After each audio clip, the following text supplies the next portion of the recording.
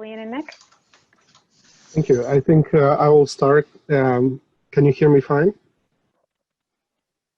Yes. Yeah. Yes. Wonderful. And then I'll start and then Nick will follow. So my name is Lilian Pinti. I'm with the Jane Goodall Institute, and I'm one of the members of the Spatial team. Can you go next, please?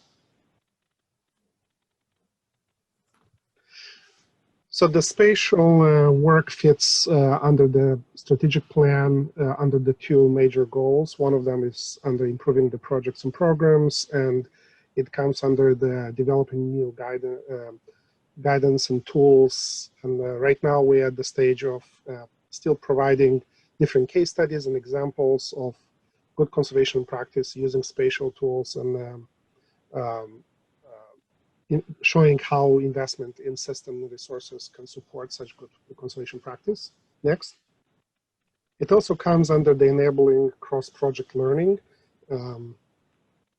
It under enabling cross-project learning. And I don't know if it's just me, but I see just a section of the slide, but it's fine, we can go ahead. Specifically under the conservation data standards and developing an IT ecosystem and a platform for successful conservation. Next. I will share with you very few slides about the work of this group through some JGI's Jane Goodall Institute project, which has been supporting this initiative. So, and we understand that each organization has its own differences and partnerships, but this is somehow how we're trying to combine, to integrate conceptual with spatial. The spatial analysis requires support, and it's aligned with the use of geospatial technologies. And if you look at the geospatial technology process, it's pretty much aligned with any applied research steps. You know, you have to define your problem, you have to collect data, you have to go and analyze the data and convert from data into some information, and then you have to communicate that information to the users.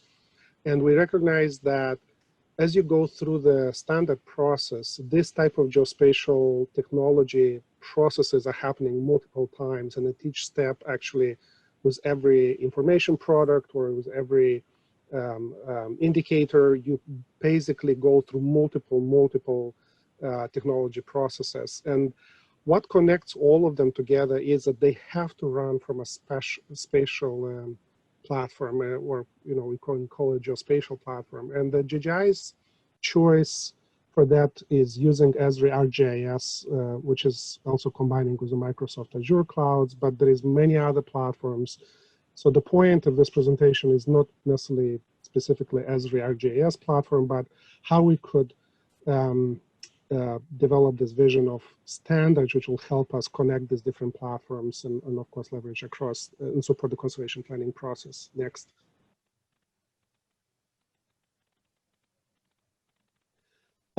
So one specific tool which was developed is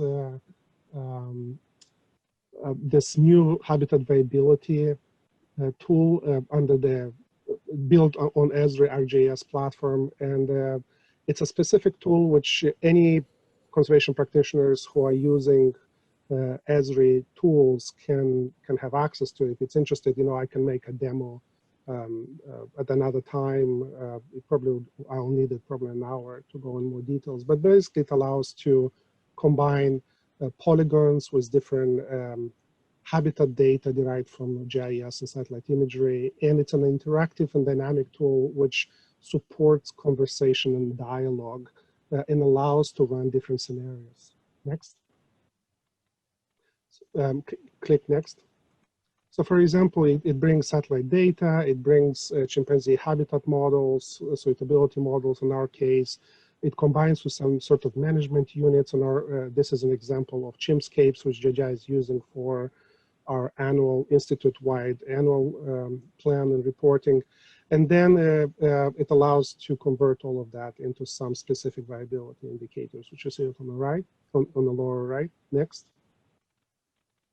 And because it's all part of one geospatial platform, which is powered by, in this case, by Esri on its own cloud, this work is immediately connected to live dashboards. So every time when you run a different scenarios or a different, you can end up with such dashboards of your viability results. In this case, it shows comparison between habitat viability and population viability, which complements each other, which allows, a little bit, you can explore these different indicators. Next.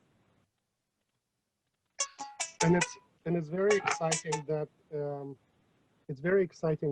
that this type of platforms and standards can be used not only for GGI, but through the work, through this CMP and by using conservation standards, through conservation standards.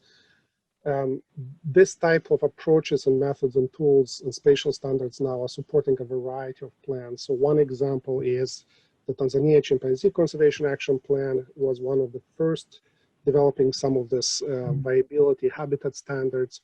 And right now, we are taking this tool developed with Esri and funded by NASA and implementing now in Tanzania for the Tanzania Wildlife Research Institute, who owns the CHIM plan and is responsible for its implementation.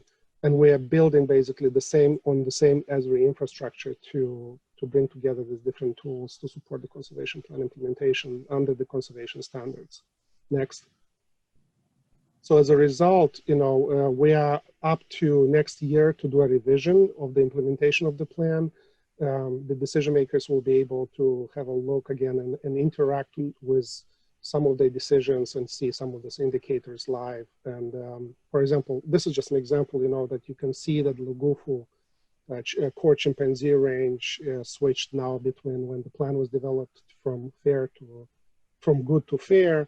But if you look now in more detail at the habitat trends and the cumulative % habitat loss, you'll see that this has been happening now in the last couple of years, and actually very soon, probably in a year or two, it's going to switch very quickly from fair to poor. So again, it allows decision makers to look again at the data which they contributed and set up the thresholds and agreed to measure and allows them to visualize and open it a little bit more. Nick, do you want to go next? I think we're out of time, so we probably should just skip this next part. Well, we have 7 minutes. 5 minutes. I'm sorry, I was just about to break in. Just 1 more minute for you guys. Thanks. We'll skip. I think the rest part was about how we're doing, kind of combining different kinds of planning. We'll skip it for now. It's all right. The point is the Spatial Committee has been somewhat dormant in trying to advance a vision of global spatial standards, and we'd love feedback and help getting there.